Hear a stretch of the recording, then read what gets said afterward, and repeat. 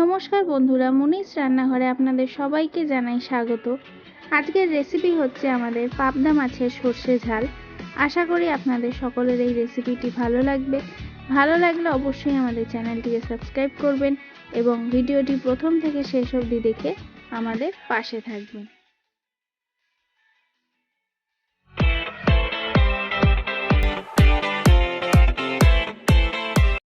পাবদা মাছের সর্ষে ঝাল করতে আমাদের লাগছে 4 পিস পাবদা মাছ। পাবদা মাছটি আমরা ভালো করে ধুয়ে নুন, হলুদ এবং গায়ে একটু সামান্য সর্ষের তেল মাখিয়ে নিয়েছি। কড়াইয়ে সর্ষের তেল গরম হতে বসিয়ে দিয়েছি। সর্ষের তেল গরম হয়ে গেছে, আমরা একে একে নুন, হলুদ এবং সামান্য কাঁচা সর্ষের তেল মাখিয়ে রাখা পাবদা মাছগুলি দিয়ে দিলাম। এক পিঠ ভাজা হয়ে গেছে, এরপর আস্তে আস্তে অপর পিঠটা উল্টে দিচ্ছি। পাবদা মাছ বেশি খুব কড়া করে ভাজবেন না। মাছটি ভাজা হয়ে গেছে, আমরা তুলে নিচ্ছি। পাবদা মাছ ভাজার আগে আমরা গায়ে একটু সর্ষের তেল মাখিয়ে নিয়েছিলাম, কারণ পাবদা মাছ তেলে দিলেই ফাটে, কিন্তু সর্ষের তেল মাখিয়ে ভাজলে পাবদা মাছটি ফাটবে না। এইভাবেই আমরা বাকি মাছ দুটিও আমরা একে একে ভেজে নিচ্ছি। এরপর ওই মাছ ভাজার তেলেই দিয়ে দিলাম হাফ চামচ কালো জিরে ফোড়নের জন্য এবং দিয়ে দিচ্ছি চেরা কাঁচা লঙ্কা। আমরা এখানে 6টি কাঁচা লঙ্কা চিড়ে নিয়েছি। দিয়ে দিলাম স্বাদ অনুযায়ী নুন, দিয়ে দিলাম হাফ চামচ হলুদ গুঁড়ো।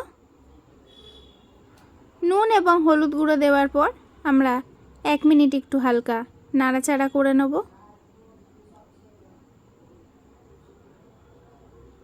এরপর আমরা দিয়ে দেব এতে সর্ষে বাটা। আমরা এখানে 3 চামচ সর্ষে বাটা নিয়েছি এবং সাদা কালো 2 সর্ষেই আমরা মিশিয়ে বেটেছি। আপনারা চাইলে যে কোনো একটি সর্ষে দিয়েই করতে পারেন। সর্ষে বাটা দিয়ে আমরা 1 থেকে 1.5 মিনিট মতন হালকা নাড়াচাড়া করে নেব। বেশিক্ষণ নাড়াচাড়া করবেন না সর্ষে বাটা দেওয়ার পর, তাতে সর্ষে তেতো হয়ে যেতে পারে। 1 মিনিট নাড়াচাড়া করার পর আমরা দিয়ে দিচ্ছি টক দই।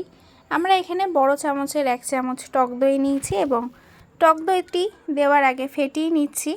এবং দই দেওয়ার আগে সবসময় গ্যাসের ফ্লেমটি একটু লো করে নেবেন। হাই ফ্লেম থাকলে টক দই দেওয়ার সাথেই গ্রেভিতে হয়তো দইটি কেটে যেতে পারে এবং গ্রেভির সাথে দইটি ম্যাচ খাবে না। তাই গ্যাসের ফ্লেমটি লো করে সবসময় দইটি দেওয়ার চেষ্টা করবেন এবং দেওয়ার সাথে সাথেই কনস্ট্যান্ট একটু নেড়ে নেবেন, তাহলে গ্রেভির সাথে টক দইটি খুব সুন্দরভাবে ম্যাচ করে যাবে এবং খেতেও ভালো লাগবে। আমরা দেওয়ার সাথে সাথে 1.5 মিনিট মতন একটু নাড়িয়ে নিলাম।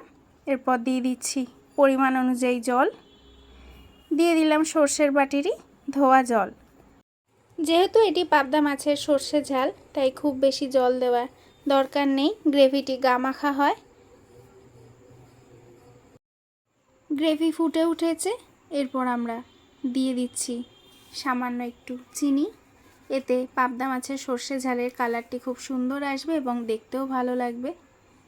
দিয়ে দিলাম বেশ কয়েকটি চেরা কাঁচা লঙ্কা। এতে কাঁচা লঙ্কার ফ্লেভারটি আসবে, খেতে ভালো লাগবে।